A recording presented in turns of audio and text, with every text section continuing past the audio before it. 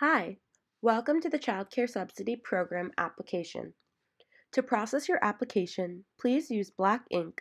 Submit a completed signed application along with a copy of all required documentation listed below. Incomplete applications will experience a delay in processing. Child care subsidy payments to child care providers will be for child care services provided between the beginning date and end date of the award letter.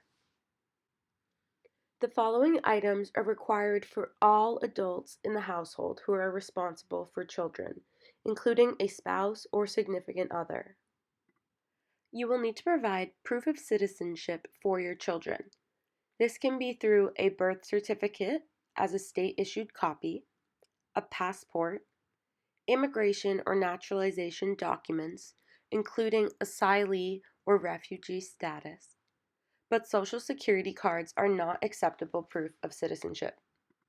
You will also need to include your proof of residency, either through a driver's license, a rental agreement, a mortgage statement, utility bills such as electric, water, or gas. But an internet bill is not an acceptable proof of residency. For each adult who attends school, you will need to provide an official school schedule for parents, if applicable, with financial aid award letters and school invoice. For each adult that works, you will need to provide income verification. This can be done by showing 4 weeks of recent pay stubs, or including an employment information sheet, or if you are self-employed, your most recent IRS tax return or your most recent monthly profit and loss statement. Next, you will need to include any unearned income. This can be Social Security awards, pension or retirement statements, alimony, child support, which is court-ordered, joint custody, or parental rights and responsibilities, financial aid award letters, or military benefits. You must also include any special needs documentation determined by a qualified professional if applicable. Once this is complete, you are ready to move on to page 2 of the application. On page 2, you will be filling out applicant information. This is information about the parent or guardian. In part 1, you will fill out your name, your birth date, your email address, the last 4 digits of your social security number, a home phone, if applicable, a cell phone number, your gender, your language, your race, yes or no if you are Hispanic or Latino origin. Select this box if you need a translator. Select yes or no if you are a court-appointed legal guardian. If you are a court-appointed legal guardian, please attach proof of legal guardianship. Next, you will be asked to give your physical address where you live. Please give your street address, city, state, zip code, and county. If your mailing address is different than your physical address, please put your mailing address here. Next, you will list information about all additional household members, including additional children.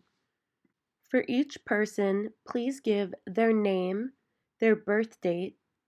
If they are a U.S. citizen, select yes and attach proof. If they are not a U.S. citizen, select no. Their social security number, their gender, their language, and their race.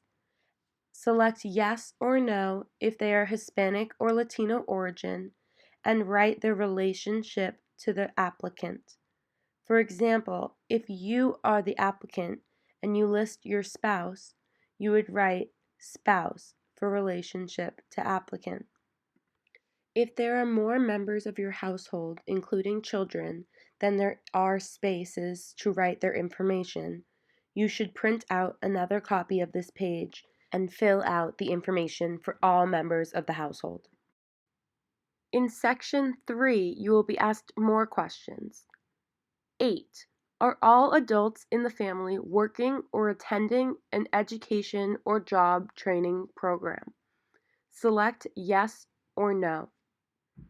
9. Is this a two-parent household in which one adult works or attends an education or job training program and the other has a documented disability from SSA with a doctor's note indicating the disability preventing him or her from caring for the children? Select yes or no. If yes, attach documentation. 10. Has a child been placed under the legal guardianship of an individual who has reached retirement age as defined by Social Security? Select yes or no. 11. Do you have assets that are equal to or exceed $1 million? Select yes or no. 12. Are you currently experiencing homelessness? Select yes or no. 13. Do you receive housing assistance? Select yes or no. 14. Have you received TANF in the past 12 months? Select yes or no. 15. Please check if you are currently a member of the National Guard, a member of the Military Reserves, or on active duty in the U.S. military. 16. Do you have tribal affiliation? Select yes or no. Section 4 asks if you have any children needing care or have special needs. Select yes or no. If you select yes, you will need to attach documentation determined by a qualified professional. Next, you will be asked about absent parent information. If there are no absent parents, you may select not applicable. If you select yes to any of these questions, you will need to provide documentation. 18. Do you have shared parental rights or responsibilities? 19. Do you have court-ordered, shared, or joint custody? 20. Are you court-ordered or voluntarily receiving child support? This is a reminder that court order is income regardless of whether or not the payment is received. Next, you will be asked to give information about any educational programs you may be a part of. Educational programs refers to a program which is required for completion of a secondary diploma, high school equivalency test, or other department-approved high school equivalency test, department-approved vocational programs, or post-secondary undergraduate program in which the parent is earning credits towards a degree, or another department-approved educational program. Parents attending graduate or doctorate level education programs are not eligible to receive child care subsidy. Please list and attach documentation about education or job training programs for all adults in the household who are students. For each student, provide a current official class schedule showing the institution's name, the student's name, the class days and times, the semester dates and credit hours, financial aid letters, and the school bill. Here you will list the name of the school, the degree you are receiving, the start date and end date, the next semester start date, your anticipated graduation date, travel time needed per day to get from childcare to school and from school to childcare. And repeat this for all adults who are attending school or job training programs. Page 4 will start with Section 6, Employment. On this page, you are going to provide all of your work information. If no one in the household is working, select Not Applicable and move on to the next section. For parents or guardians who are employed, please submit employment information for all adults in the household. You are asked to submit 4 weeks of current pay stubs for every working adult in the household, or an employment information sheet can be submitted. If you are self-employed, you must submit a copy of your most recent taxes or your most recent monthly profit and loss statement. Please provide all sources of unearned income as well. If the adults in the household have more than 2 jobs, please attach a separate sheet with all the information listed below for each additional position. You can do this by printing another copy of this page. In this section, you will select the type of job, traditional, self-employed, seasonal, or per diem, and list your employee name, your job title, the name of your employer, a work phone number, the date you started working there, and the travel time one way that it takes you to get from work to the childcare location. Next, you will need to list your work schedule for this job. If you work more than one job, you will list your second job's schedule below in job number 2. If you work the same hours every week, you can fill out one line of the work schedule with the hours that you work.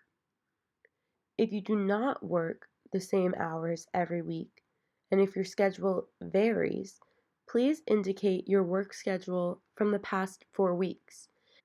You will need to do this by giving the beginning and end dates of each week 4 times and listing your schedule from Sunday to Saturday and your total hours for each of those 4 weeks. You will need to repeat this information in job number 2 if you work a second job. You should print another page if you work a third or fourth job and also include information of the jobs for all adults in the household. Lastly, you will need to sign stating that you certify that this information is correct.